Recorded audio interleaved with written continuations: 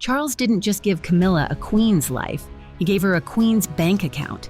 The moment he dies, William closes it. 15 fortunes, not earned, granted. The sovereign grant access, the duchy income window, the tiaras, the crown jewels, the properties, the staff salaries Camilla never paid for. Charles funded all of it. Then the sovereign grant accounts came out, £132.1 million. Camilla's name appears nowhere on that budget independently, not one line. Every fortune Charles attached to her name is attached to his reign, not hers. She already knows. Camilla quietly transferred Ray Millhouse into her children's names. She isn't waiting to find out what William keeps. We're going through all 15. Fortune 15 puts a price tag on Camilla's entire future, a widow's allowance, set by one person, Diana's son. For 28 years, Camilla was told the crown would protect her. It protects itself, not the widow. Let's count them down. Number 1, the £132 million budget she's not named on. One word separates Camilla from financial independence: annuity. Prince Philip had one, £359,000 a year, his own line from Parliament, every year until he died at 99. Nobody could touch it. Nobody could revoke it. It was his. The House of Commons Library published a briefing in December 2025 that tells you where Camilla stands. Queen Camilla does not receive a separate annuity, and her activities are funded from the sovereign grant. She has no line of her own, zero. The sovereign grant, £86.3 million in 2024 to 25, jumping to £132.1 million in 2025 to 26, as the royal household's own financial report confirms. Pays for every engagement, every flight, every outfit, every car Camilla uses. Marie Claire ran the numbers. But here's what those numbers actually mean. Every pound Camilla spends on royal business runs through a budget controlled by the reigning monarch. When Charles dies, that monarch is William. William decides who stays on the books, and Camilla's name is on nobody's books but the king's. Diana never appeared on a budget either. After the divorce, she funded herself. Still drew more cameras than anyone in the palace. The country chose Diana for free. Camilla costs the taxpayer £132 million a year, and half the country still isn't sure she's worth it. But the grant is public money. Fortune 2 is the private money, and it's worse, because nobody even audits it.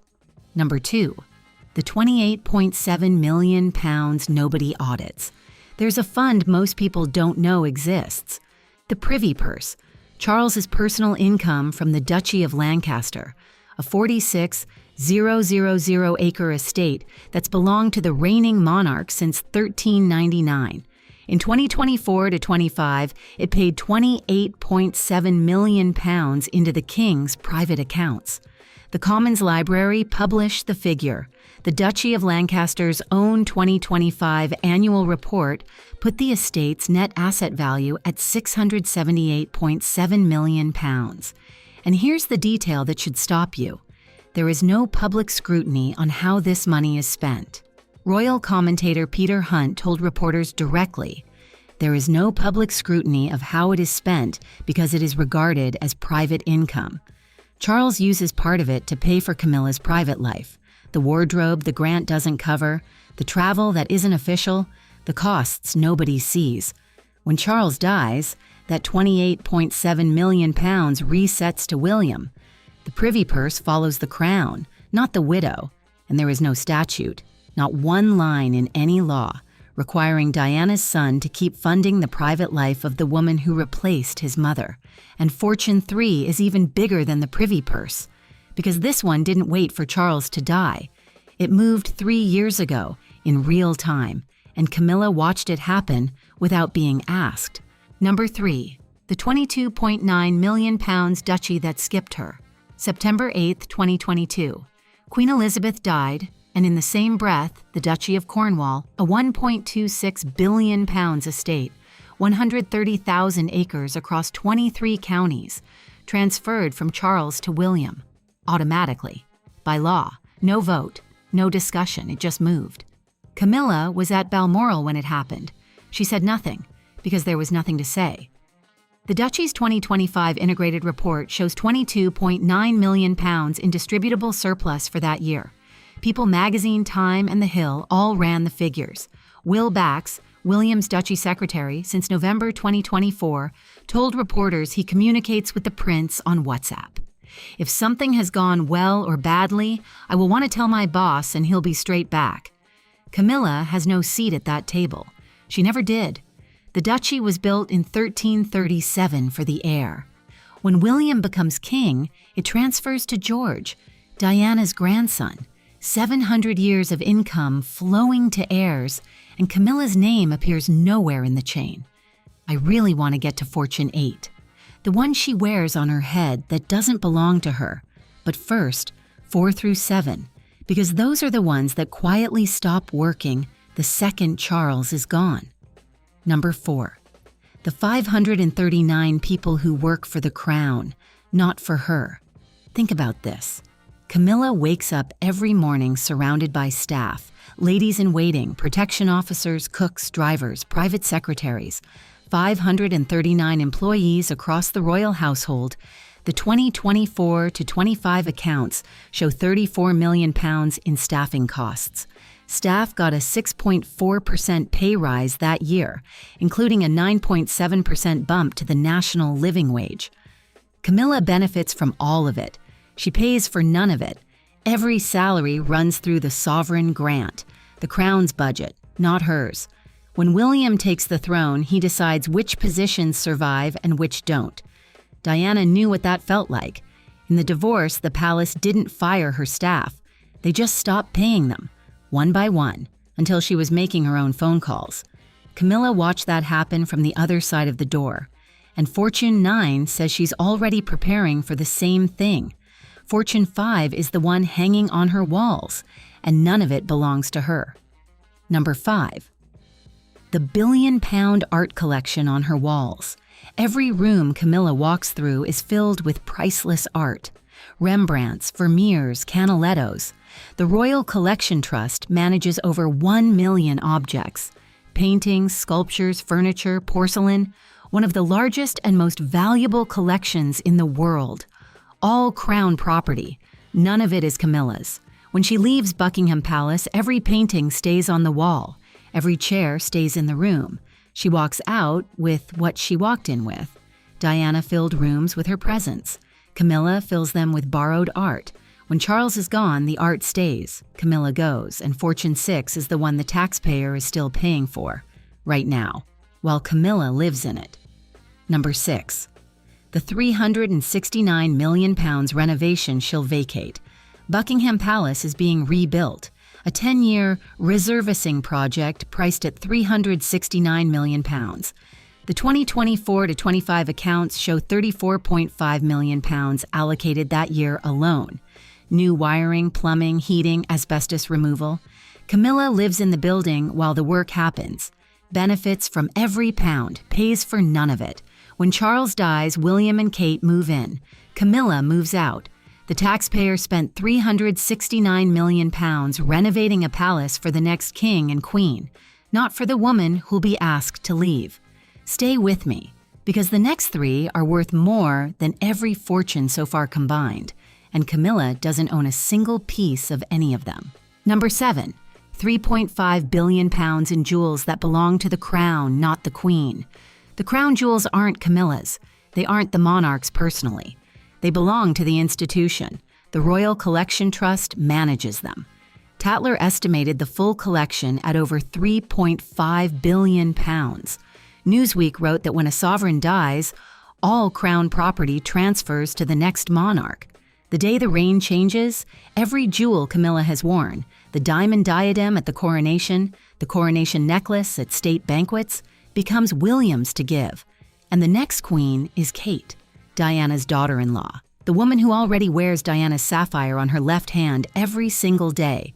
The crown jewels will pass from the woman who replaced Diana to the woman Diana's son chose to carry her forward, and Camilla will be in the room when it happens. And it goes deeper, because the personal tiara collection is worse.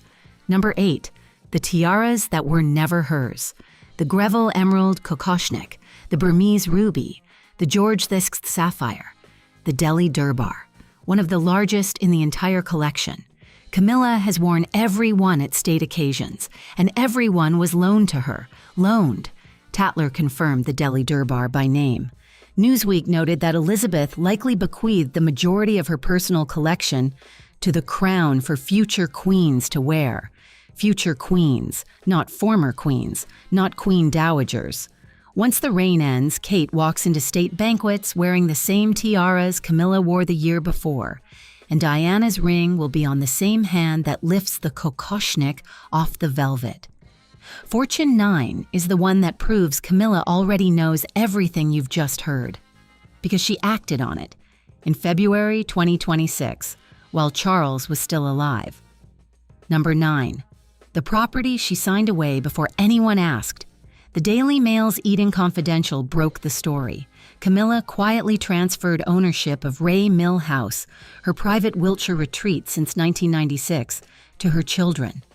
Land registry documents, black and white, the new owners, her son-in-law Harry Lopes and Jake Irwin, acting as trustees for Laura Lopes and Tom Parker Bowles.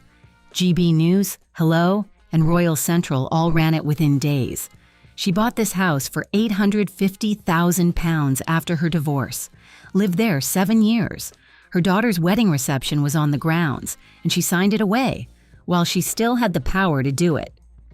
Charles bought a neighboring £3 million property on the same private lane, using his own money. Think about what that means.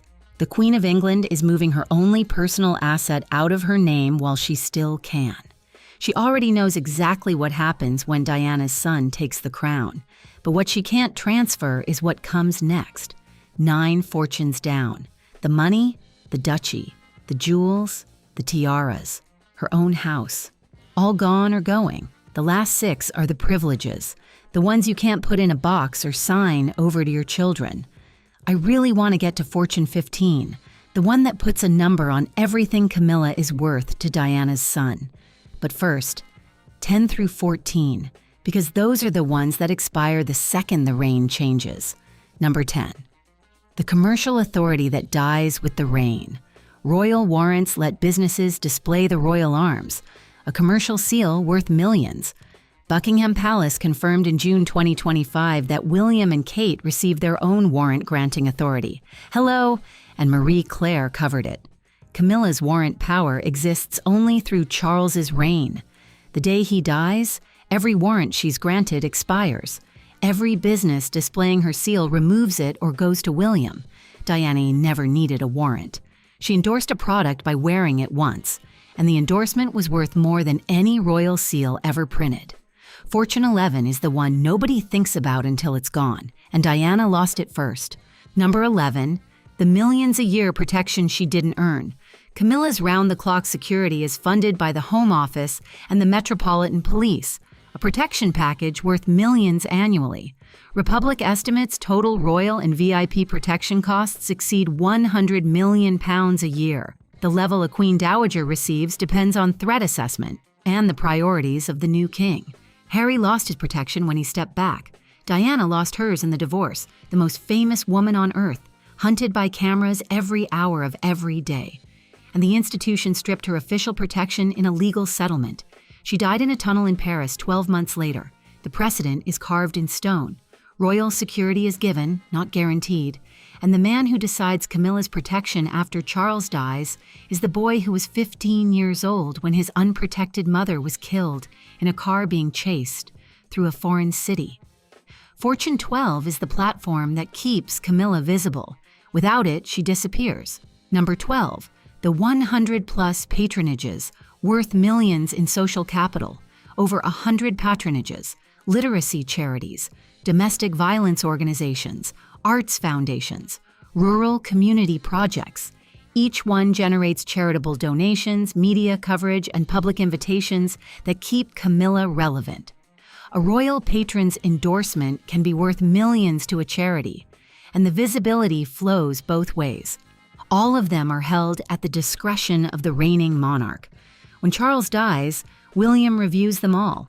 He can hand them to Kate, to Charlotte, to anyone he chooses, or retire them entirely. Strip the patronages away, and Camilla is what she was before Charles, a private citizen in Wiltshire with no cameras and no reason for anyone to return her calls. Every single one exists at the pleasure of the next king, a man who watched the institution strip his mother's life down to nothing, one privilege at a time, until she had nothing left but the love of a country that never stopped choosing her. Two left, the title, and the price tag it carries. Number 13, the title that unlocks every fortune on this list.